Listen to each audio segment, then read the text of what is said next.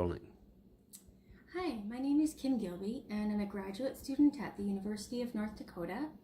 I also work as a consultant for the blind and visually impaired in Manitoba, Canada. Today I'm going to be talking about the abacus and how it is used for math instruction with students.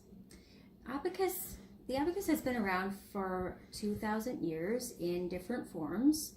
The one I'll be showing is the Cranmer Abacus, but it was actually modified from a Japanese abacus, such as the one I'm holding here. The Japanese abacus beads, you can see how easily they slide around, but with the Cranmer Abacus, it was modified in 1962 to add foam and felt backing to prevent the beads from sliding around. And also, as you can see, the rods were increased in size to make it easier to handle. The Cranmer Abacus is a great tool for teaching math concepts and calculations to students who are blind and visually impaired. It can be introduced at an early age, even in kindergarten, to read and write numbers, and in higher grades to help with multi-step problems when the numbers get too large to remember in your head. It is lightweight and portable and convenient to use at school and in daily life. The abacus I have here is made up of a rectangular frame with 13 vertical rods that have sliding beads separated by a horizontal counting bar. Starting on the right, each rod has a place value.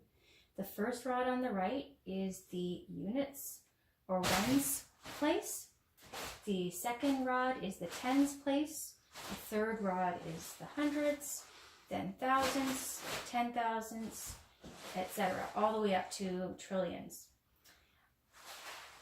Just as a note, this abacus is placed on a non-slip piece of drawer liner to hold it securely in place so that it doesn't slide around.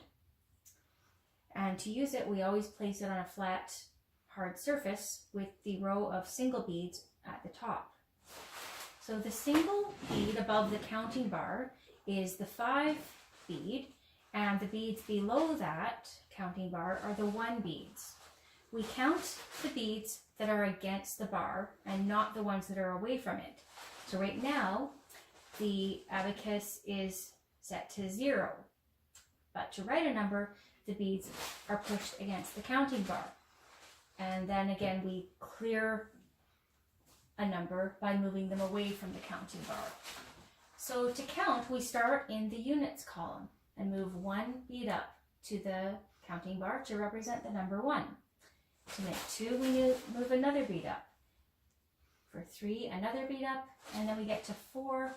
There are no more beads of the 1 beads, so we have to move a 5 bead down, and when we move it down to make 5, we have to move the 4 beads away from the bar at the same time in one motion.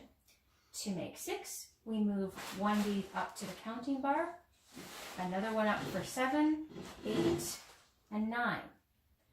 So we've run out of beads again, and we need to use from the next column.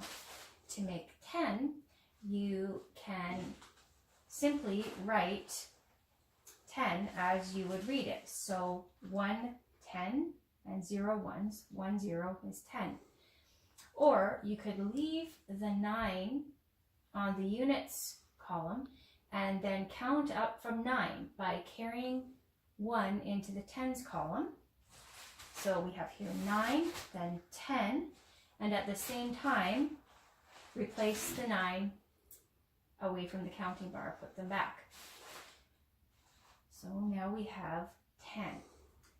To make 11, you move 1 bead up, touching the counting bar, and 12, 13, 14.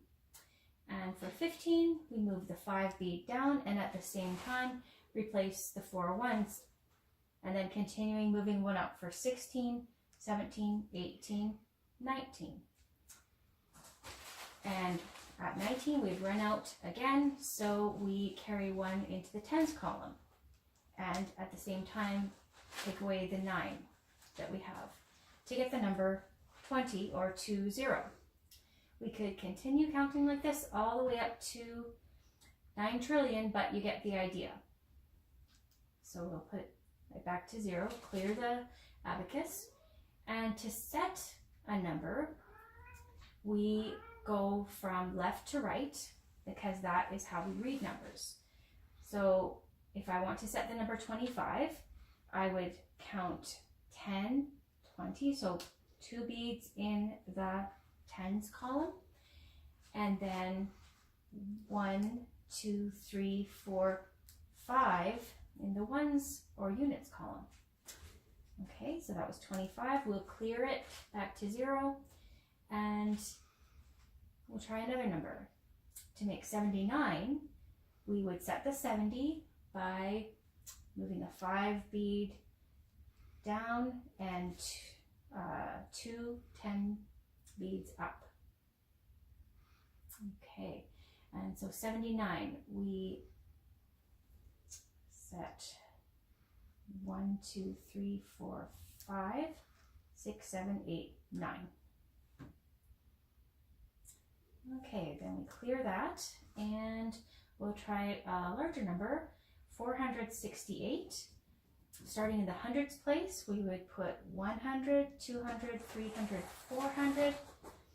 Then for 60 is 5 in the tens place and another 10 up.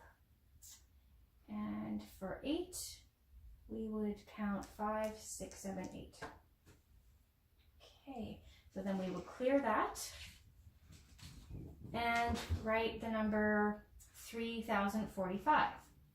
So starting to set 3 in the thousands place, 0 in the hundreds place, moving to the tens place, we set 4, and in the units column, set 5, so 3045. And we'll clear that. And for reading numbers, usually with a student, I get them to practice reading and writing numbers. There's one student who likes to play a game where we both have to set numbers and the other one has to guess. And he really likes to try and trick me by making numbers that he thinks will be very hard for me to guess. So it is important to practice reading and setting numbers on the abacus.